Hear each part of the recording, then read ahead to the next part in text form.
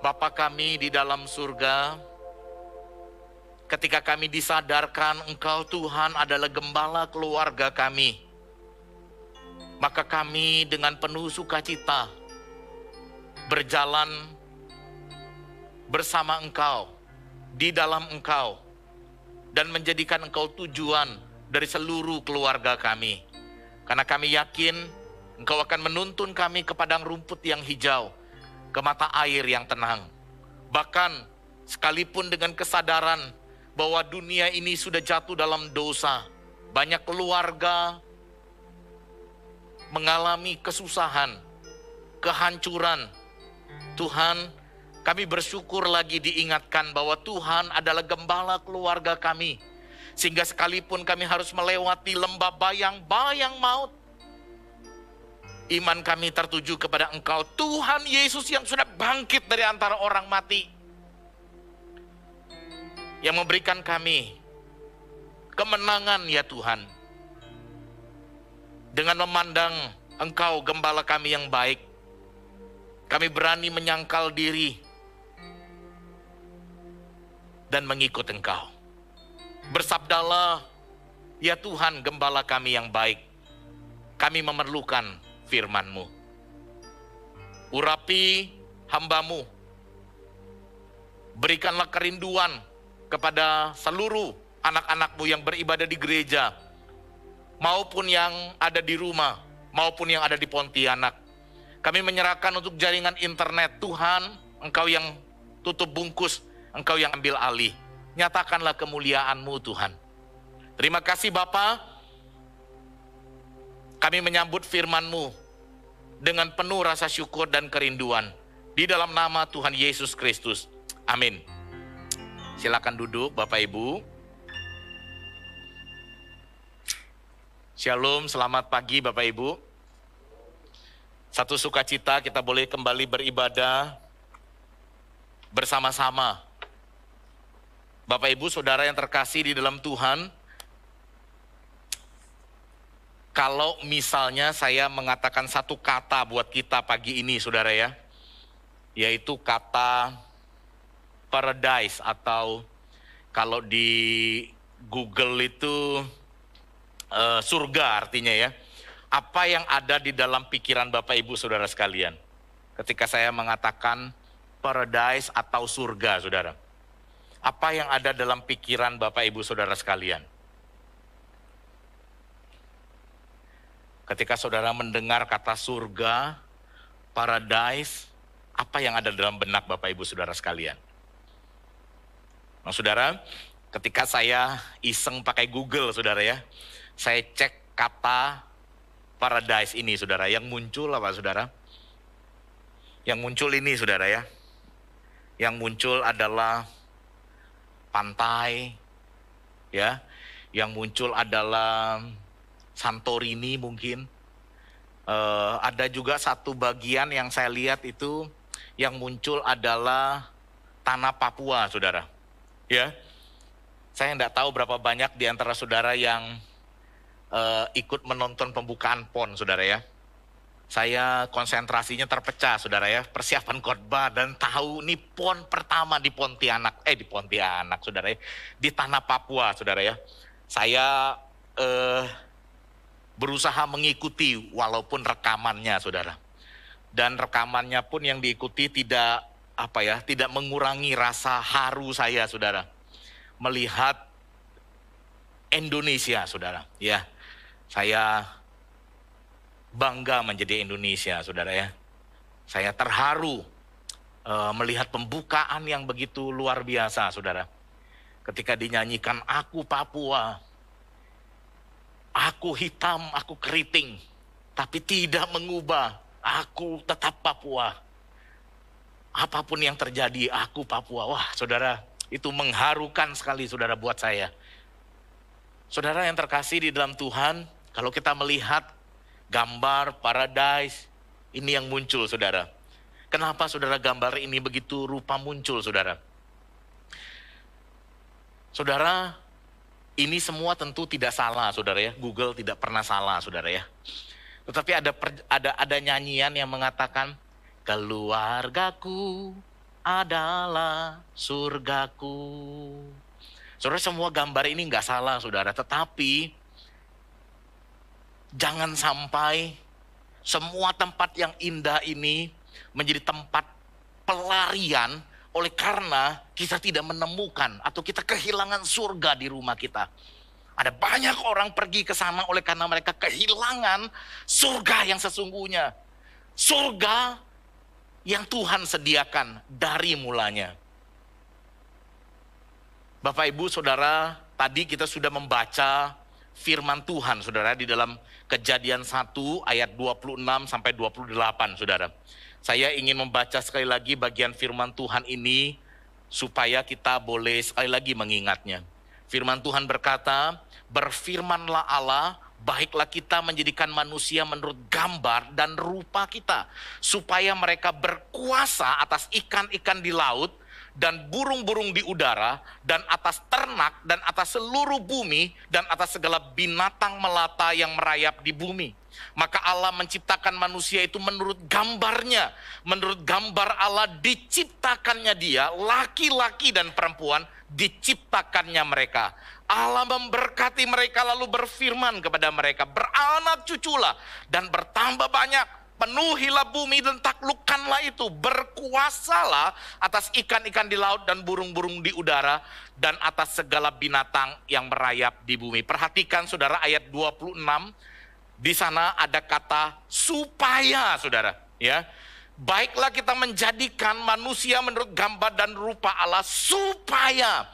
Ini menjadikan penekanan, Saudara, ini merupakan tujuan, Saudara.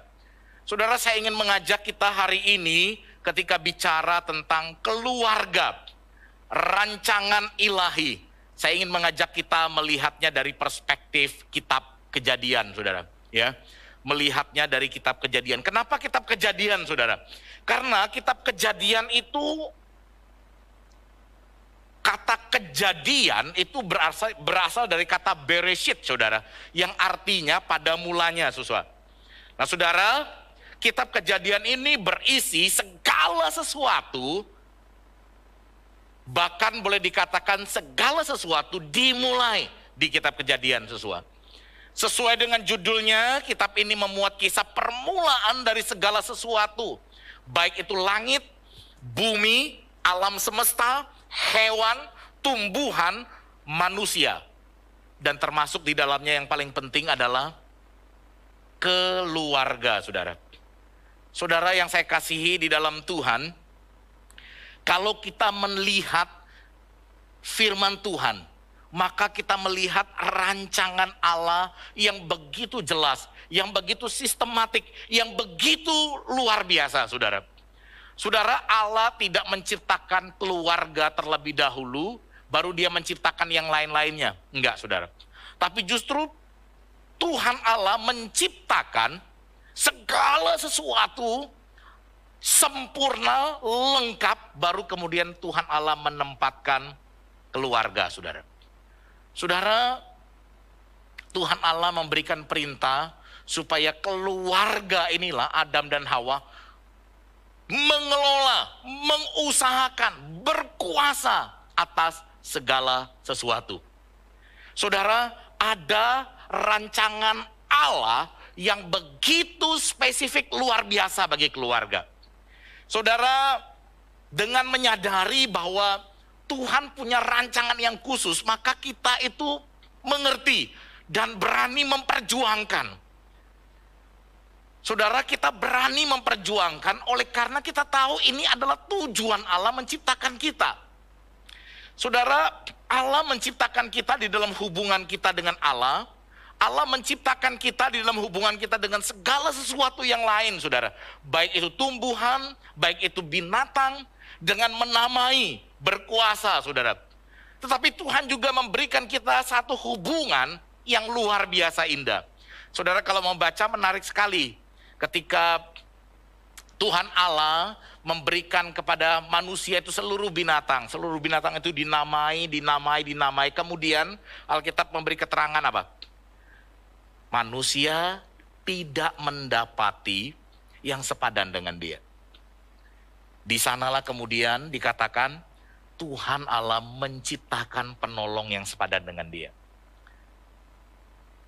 Saudara yang terkasih di dalam Tuhan, kesadaran ini kita perlu bangun.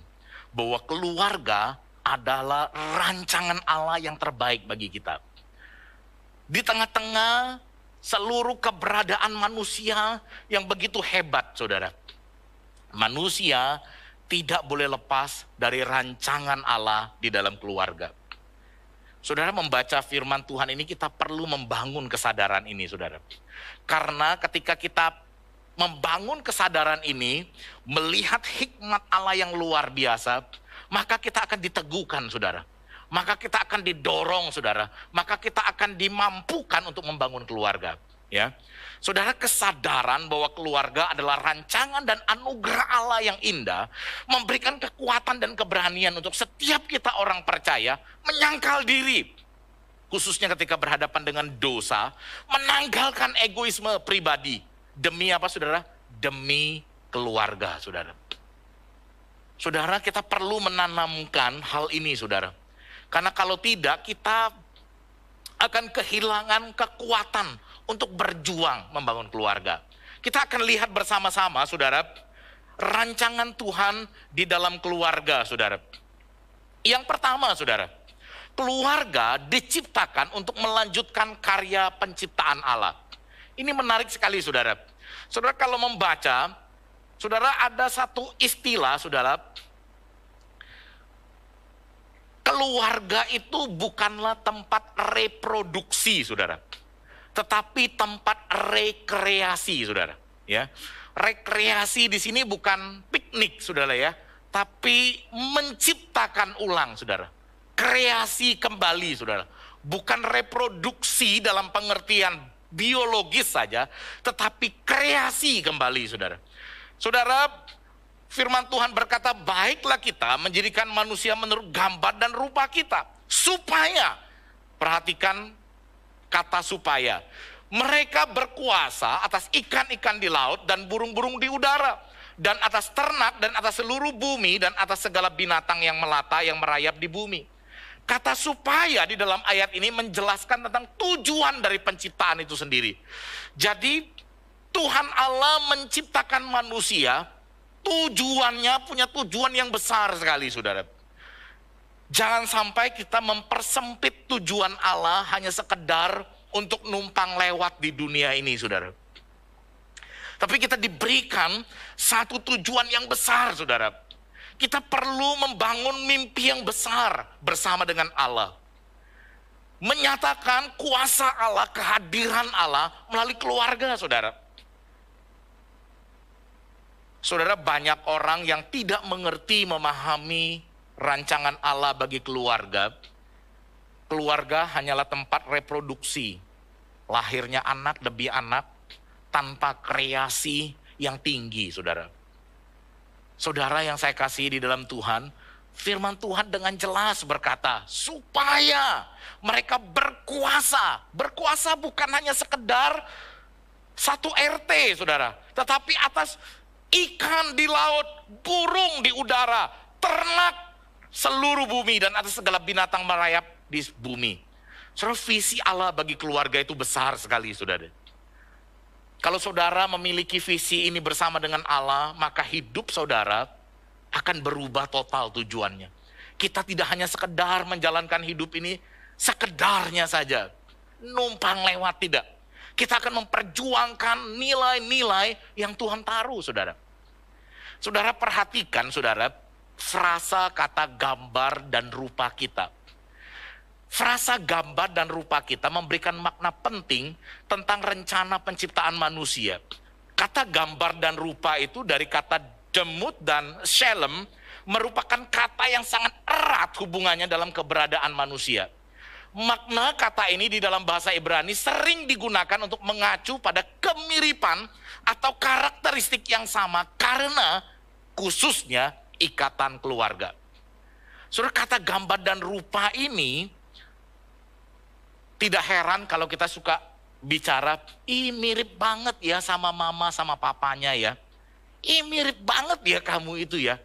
Tetapi sayang, saudara, kata mirip itu sudah terdistorsi sedemikian rupa, sehingga anak kita hanya mirip cara berjalannya, hanya mirip cara berkata-katanya. Tidak lagi mirip dengan rancangan Allah yang semula punya mimpi yang besar, berkuasa atas seluruh bumi.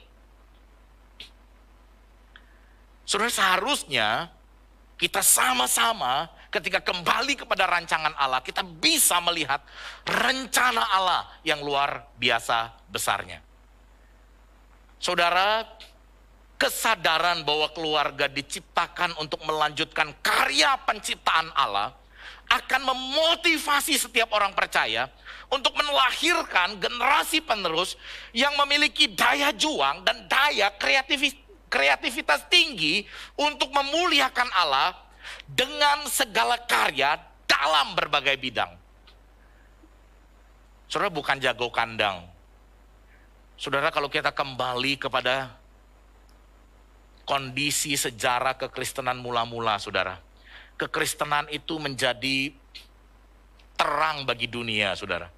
Penemu matematika, penemu kimia, penemu musik, penemu seni, semuanya orang Kristen, saudara.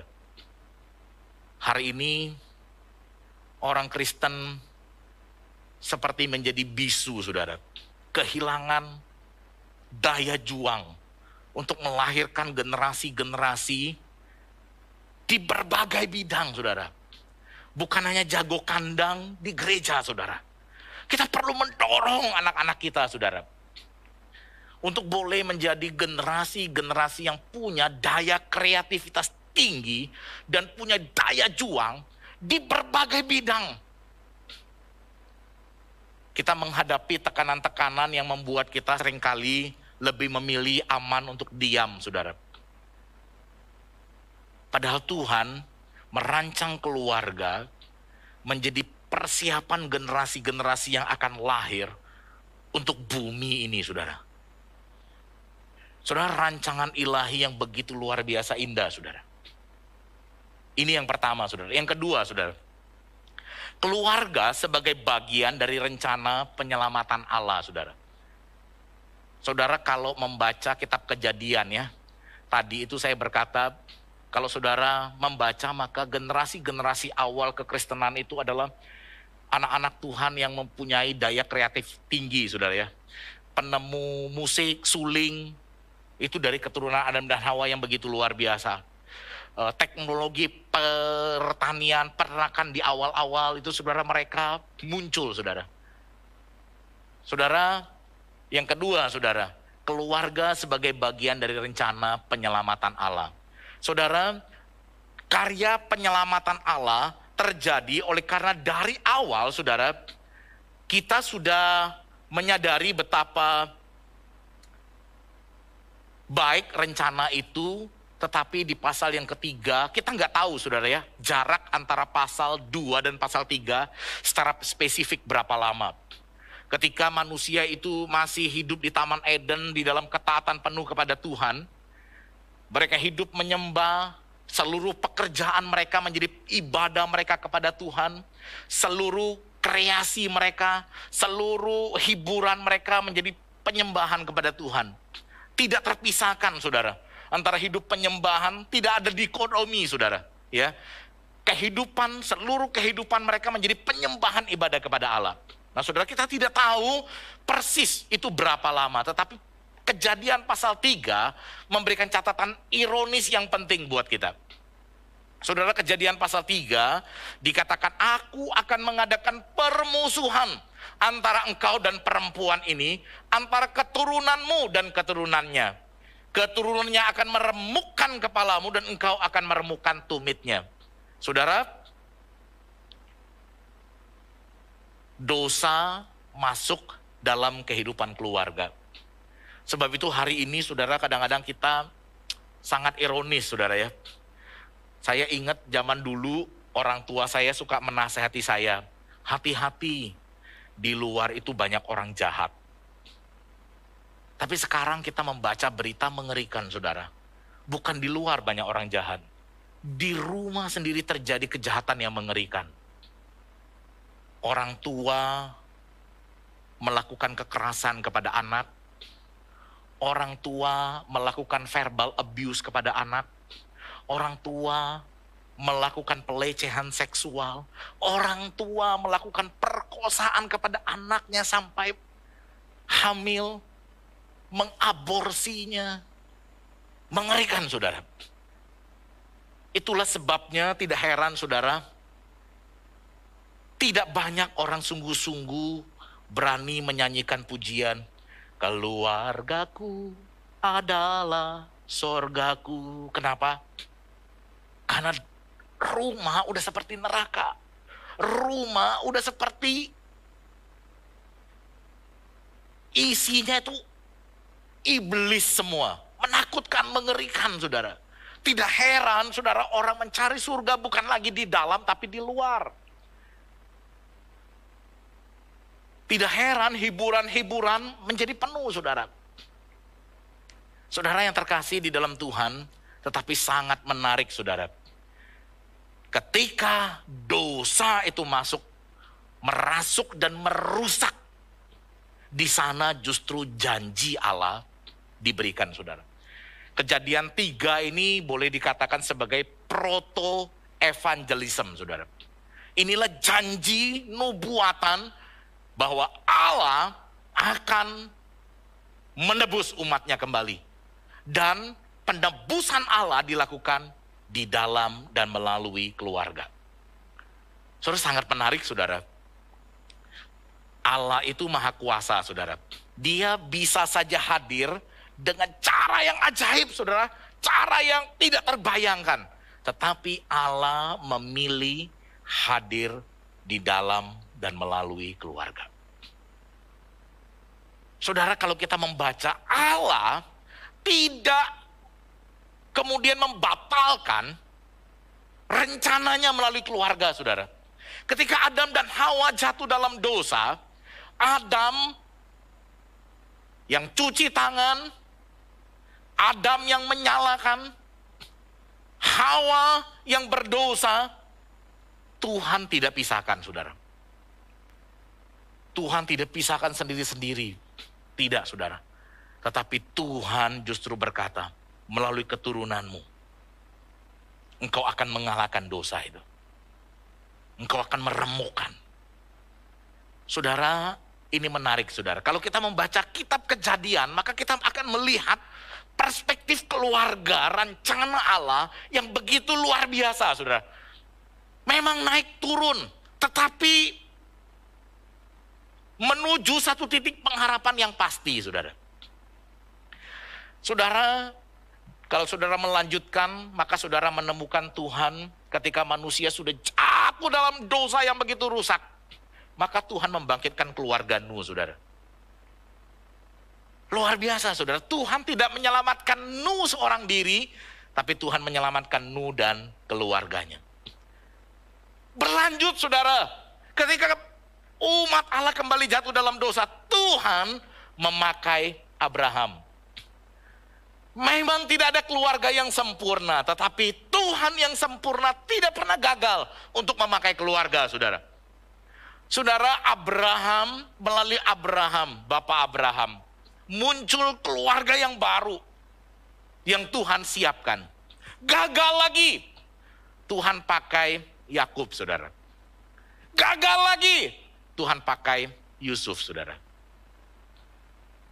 Saudara, sangat menarik, saudara, kalau saudara membaca, kalau kitab Kejadian diawali dengan hal yang baik, pasal 3, manusia jatuh dalam dosa, maka pasal yang terakhir kitab Kejadian, pasal 50, saudara mendapatkan bagaimana Tuhan memulihkan, saudara. Tuhan memulihkan Yusuf bersama dengan keluarganya. Luar biasa, saudara. Kalau saudara membaca kisah Yakub dan Esau, saudara. Tuhan memulihkan hubungan Yakub dan Esau, saudara.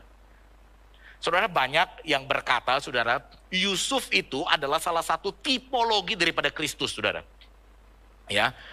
Jadi banyak orang, banyak para ahli melihat kisah pasal 50 dari kitab Kejadian itu menggambarkan, saudara, bagaimana Allah melakukan rekonsiliasi melalui tipologi Kristus di dalam diri Yusuf. Ketika Kristus itu ditinggikan, ketika Kristus itu ada di atas keluarga, maka pemulihan itu dapat terjadi. Saudara, meskipun manusia jatuh di dalam dosa, tetapi Allah menjanjikan pemulihan bagi keluarga. Sebab itu saudara, kesadaran bahwa keluarga diciptakan sebagai bagian dari rencana penyelamatan Allah memotivasi setiap orang percaya untuk mengajarkan karya keselamatan Allah sejak dini dan meninggalkan warisan iman kepada anak cucunya. Saudara, kita perlu menceritakan kitab Kejadian ini kepada anak-anak kita. Ketika kita membaca secara keseluruhan, anak-anak kita akan melihat betapa kasih setia Tuhan itu luar biasa. Saudara, Tuhan menggambarkan hubungan dia dengan umatnya yang sudah jatuh di dalam dosa tidak berubah, saudara. Tuhan tetap menggambarkan dirinya sebagai Bapa, umatnya sebagai anaknya. Tuhan tidak berubah menggambarkan dirinya sebagai suami dan umat Israel sebagai istrinya, saudara. Bahkan kalau saudara membaca kitab Perjanjian Lama, di sana digambarkan betapa suami yang adalah Allah itu kasih setianya tiada habis-habisnya.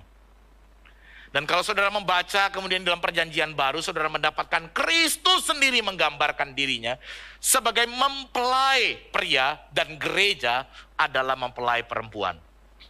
Semua ini adalah gambaran keluarga, saudara. Saudara kalau menyadari hal ini, saudara akan diberikan semangat kekuatan untuk mengajarkan karya keselamatan Allah sejak dini. Dan kita boleh meninggalkan warisan iman kepada anak-anak kita. Tanpa kita mengetahui keluarga adalah rancangan Allah, kita sibuk menceritakan karya keselamatan itu di luar, dan kita lupa panggilan kita di dalam keluarga. Saudara yang saya kasihi di dalam Tuhan, kebenaran firman Tuhan ini kiranya menolong kita semua untuk boleh mengerti betapa indah rancangan Allah di dalam keluarga. Saya rindu saudara semua boleh sekali lagi dikuatkan, sekali lagi diberikan semangat untuk memikirkan tentang keluarga. Saudara, jangan sampai oleh karena saudara lelah dengan keluarga, saudara kehilangan desain Allah bagi keluarga. Saudara kehilangan desain Allah. Saudara, saya sendiri bukan lahir dari keluarga yang sempurna, saudara. Tetapi ketika saya belajar firman Tuhan, saya berjanji, saudara, saya tidak mau lagi mendirikan keluarga seperti keluarga yang pernah membuat saya terluka. Saya jatuh bangun, tetapi dengan pertolongan, dengan kesadaran bahwa Tuhan punya rancangan yang ilahi, rancangan yang indah. Khususnya melalui kitab Kejadian, saya terus didorong untuk menjadi seorang ayah yang mendorong anak-anak untuk memiliki daya kreativitas yang tinggi. Mengajarkan kepada mereka tentang nilai-nilai iman. Saudara, saya rindu kesadaran ini menguasai hati Bapak Ibu Saudara sekalian juga. Baik yang di gereja, baik yang mendengarkan di rumah, maupun yang ada di Pontianak.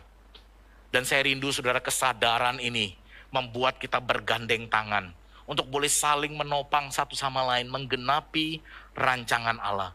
Sehingga kita boleh bersama-sama berkata, keluargaku adalah surgaku. Betapa indah saudara.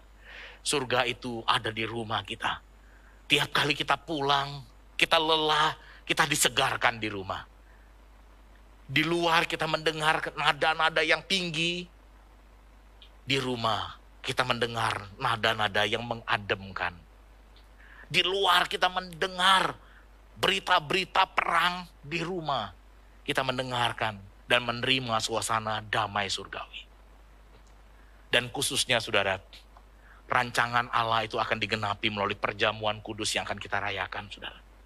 Perjamuan kudus itu mengingatkan kita sebagai keluarga besar, reuni bersama-sama dengan Tuhan. Wah saudara, saya membayangkan tiap kali perjamuan kudus saudara ya. Satu persekutuan kembali bersama dengan orang-orang yang dipulihkan. Saya dulu pernah punya kepahitan dengan papa. Tapi berjumpa kembali dalam suasana yang berbeda. Damai yang sempurna yang sudah Tuhan kerjakan oleh perjamuan kudus. Membuat saya bisa berdamai kembali. Betapa indahnya. Betapa indahnya saudara. Saudara, biarlah firman Tuhan hari ini membangkitkan kita kembali untuk memperjuangkan nilai keluarga. Rencana Allah di dalam keluarga. Baik dia memungkinkan kita untuk memiliki daya kreasi maupun untuk boleh menolong kita mewariskan karya keselamatan yang sudah Tuhan kerjakan. Mari kita berdoa.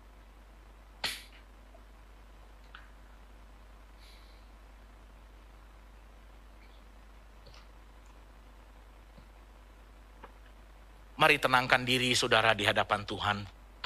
Mari datang kepada Tuhan, mengingat betapa Tuhan menyediakan keluarga yang baru di surga, yang penuh sukacita. Kepahitan-kepahitan saudara di dalam keluarga di dunia ini boleh dipulihkan, disembuhkan. Digantikan dengan perjamuan istimewa bersama dengan Tuhan Yesus. Saudara mungkin pernah kalah, pernah marah di dalam keluarga. Tetapi Tuhan menyediakan satu panorama yang berbeda, satu gambaran yang berbeda tentang keluarga. Di mana ada perjamuan yang mulia, perjamuan kudus. Ada damai sejahtera yang memulihkan setiap kita. Sama seperti ketika Yusuf berdamai dengan saudara-saudaranya. Sama seperti ketika Yakub berdamai dengan Esau. Ketakutan itu lenyap, saudara. Ketika Yakub mau bertemu dengan Esau, dia begitu takut. Dia begitu gentar. Dia menyiapkan segala persembahan-persembahan. Tetapi Alkitab mencatat, Esau tidak memerlukan semuanya itu. Ketika bertemu dengan Yakub, Esau berkata, ada padaku banyak, aku sudah cukup. Saudara, betapa indah karya pendamaian Tuhan